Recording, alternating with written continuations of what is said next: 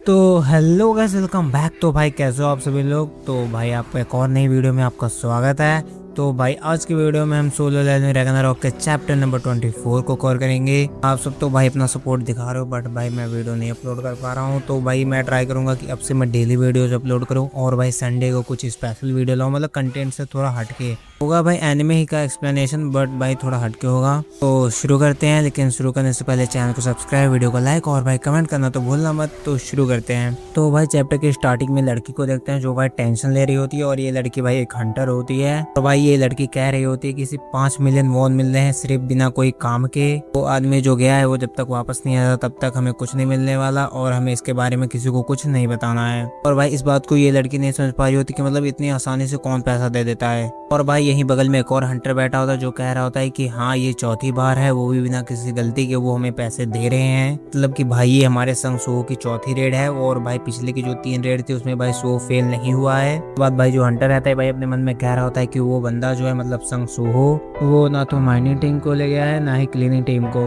तो वो कैसे इकट्ठा करेगा और कैसे ही भला गेट से कमा पाएगा। पहले तो भाई सो डी रैंक के गेट्स को क्लियर करता था, बट भाई वो अब सी रैंक के भी गेट्स को क्लियर करने लगा है। और भाई ये हंटर सोच रहा होता कि आखिर ये अकेला ये सब कैसे कर लेता है। तो भाई यहाँ पर गेट के अंदर का सीन देखते हैं। यहाँ पर तो माइनिंग के लिए भाई गॉब्लिन्स को सो होने लगा रखा है, लेकिन जो सो रहता है वो भाई खुद अकेले ही सी रैंक के बॉस से लड़ रहा होता है। तो यहाँ पर भाई जो अपना सो रहता है इस मॉन्स्टर के सभी अटैक को डॉज करते हुए भाई रश कर रहा होता है। और भाई सो जो रहता है वो भाई स्टॉर्म स्लैश स्किल का यूज करके भाई अटैक भी कर देता है। भाई इस अटैक का इस मॉन्स्टर के ऊपर कोई इफेक्ट नहीं पड़ता, और ये बात भाई सिस्टम ने भी सो को कह दिया। और भाई जो सो रहता है वो भाई कह रहा होता है क्या इसने सच में इस अटैक को झेल लिया, क्या इस डैगर का अटैक जो रहता है मकड़ियों के ऊपर नहीं काम करता है। बात भाई जो सो रहता है जैसा कि मैंने सोचा था कि भाई कीड़ों से लड़ने के लिए हाथ ही ज्यादा बढ़िया होता है। तो भाई ऐसा कहता है वो भाई अपनी तलवार को फेंक देता है और भाई अपने हाथ से लड़ने के लिए तैयार हो जाता है। भाई यहाँ पर जो सोहो रहता है वो भाई डैगर को रूलर अथॉरिटी से उठाकर भाई कई सारे अटैक कर देता है। और भाई सोहो जो रहता है ये अटैक करते वक्त में कह रहा होता है कि मतलब मैं इतना काबिल हो गया हूँ कि मैं सी रैंक के बॉस को संभाल सकता हूँ, तो शायद मुझे अगली बार बी रैंक के डंजन में जाना चाहिए। तो भाई सोहो जो रहता है अब भाई फाइट के बीच में रूलर अथॉरिटी का यूज कर पा रहा होता है। कुल मिला के भाई सोहो का लेवल अप भी हो रहा है, और भाई फाइटिंग स्किल भी भाई इंप्रूव हो रही है सोहो की। तो ये सब कहते हुए भाई सोहो जो रहता है दिमाग में सोचने लगता है कि 1 मिनट,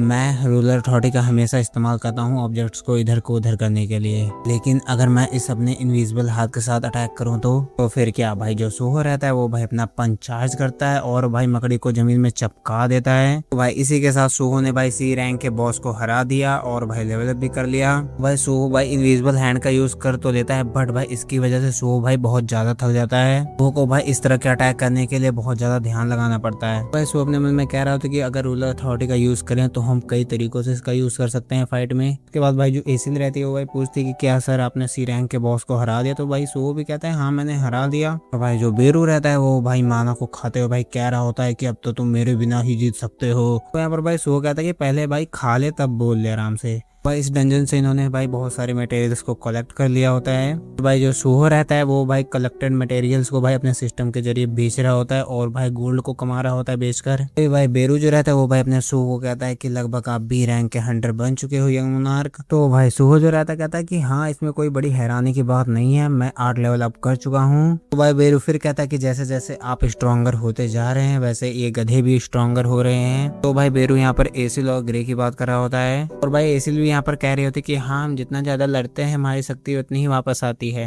और भाई एसिल कहते हैं कि अब मुझे ब्लड कंज्यूम करने की कोई जरूरत नहीं है, मैं ऐसे ही ताकतवर मतलब अपनी शक्तियां वापस पा लूंगी। और भाई यहाँ पर सोहो जो रहता है वो भाई देखता है कि एसिल का लेवल 19 हो चुका है और भाई ग्रे का 17। तो भाई एसिल भी अपने लेवल को देख लेती है और मतलब कह रही होती कि क्या मेरा भी एक लेवल है, ये कितना अजीब है, मैं तो कोई सर जिनू की तरह प्लेयर भी नहीं हूँ। तो भाई जो सोहो रहता है वो कहने लगता है कि मैं तो इनके स्किल में कुछ पॉइंट्स डालता ही नहीं, इसका मतलब कि लेवल अप के साथ इनकी स्ट्रेंथ भी बढ़ जाती है।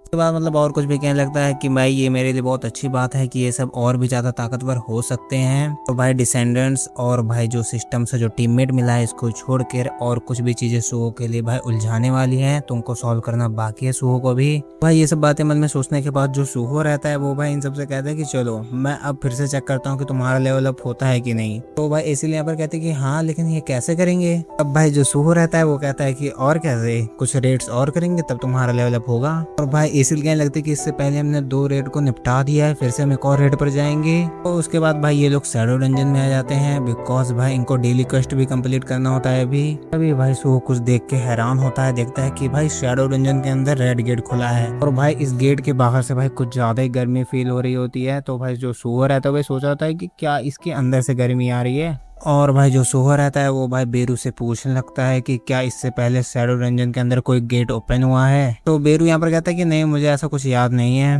तो ये गेट होता है भाई हमारे सोह के लिए अर्जेंट क्वेस्ट। तो भाई ये गेट ओपन हुआ है डायमेंशनल क्रैक की वजह से। तो भाई सिस्टम में मैसेज आ रहा था कि अंदर जाओ गेट के और भाई डायमेंशनल क्रैक के प्रॉब्लम को सॉल्व करके आओ। लेकिन भाई फिर भी सोह इस सबसे नहीं डरता, ऊपर से स्माइल करने लगता है और भाई कहता है कि ठीक है एसिल और ग्रे ये लो। तो भाई यहाँ पर सो जो रहता है वो भाई गर्मी से बचने वाले कपड़े देता है इन दोनों को और भाई खुद भी पहनता है। तो सो जो रहता है वो भाई अंदर चलते हुए कहता है कि चलो वैसे भी हमें रेड करनी थी, ये बहुत बढ़िया बात है हमारे लिए। भाई हम इस गेट के अंदर का सीन देखते हैं। तो ये भाई Egypt field type pyramid type dungeon होता है। तो भाई हम यहाँ पर एक बंदे को देखते हैं जिसका नाम होता है लिu जिंग, और भाई ये बी रैंक का हंटर होता है असुरा गिल्ड से।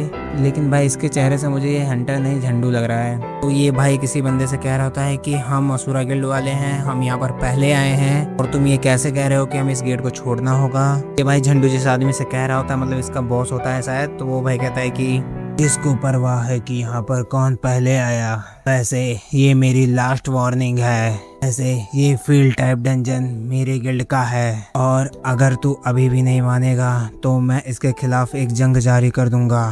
और ये भाई जो हंटर रहता है बी रैंक कई बार सोच रहा होता है कि भाई धत तेरी की इसी टाइम पर ये सब होना था, मुझे विश्वास नहीं हो रहा कि हमारा सामना स्क्वेंजर गिल्ड से हो गया। तो भाई ये बंदा कहता है कि भाई असीम ताकत के आगे कुछ भी काम नहीं आता। और भाई ये होता है भाई स्क्वेंजर गिल्ड का बंदा और भाई ये होता है ए रैंक का हंटर। मिला के भाई यहाँ पर ऐसा सीन रहता है, यहाँ पर भाई 2 गिल्ड के बंदे आए होते हैं इस डंजन को निपटाने के लिए। एक तो भाई स्क्वेंजर गिल्ड से आया होता है और 3 आए होते हैं भाई असुरा गिल्ड से। तो भाई यहाँ पर असुरा गिल्ड वाले फाइट करने के लिए तैयार हो जाते हैं। तभी भाई यहाँ पर कोई हाथ उठाता है और कहता है कि हे। तो भाई ये दोनों रुक भी जाते हैं। तो ये होता है अपना सूहो जो कहता है कि रुको एक्सक्यूज मी, वैसे तुम बता सकते हो कि मैं कहाँ हूँ। लिटरली यहाँ पर सभी तो झंडू हैं लेकिन सबसे बड़ा तो झंडू अपना सूहो है। तो भाई यहीं पर ये चैप्टर होता है खत्म। और भाई ये भी बताना है कि भाई तुम्हारे भाई की एक्सप्लेनेशन कैसी रहती है। तो भाई मैं सोच रहा हूँ कि जब भाई हमारे 1 के सब्सक्राइबर्स हो जाएंगे तब मैं तुम सबको स्नैपचैट पर बुला लूंगा। वैसे तो ये बहुत बड़ा सपना है लेकिन फिर भी कंप्लीट करेंगे। तो बाय।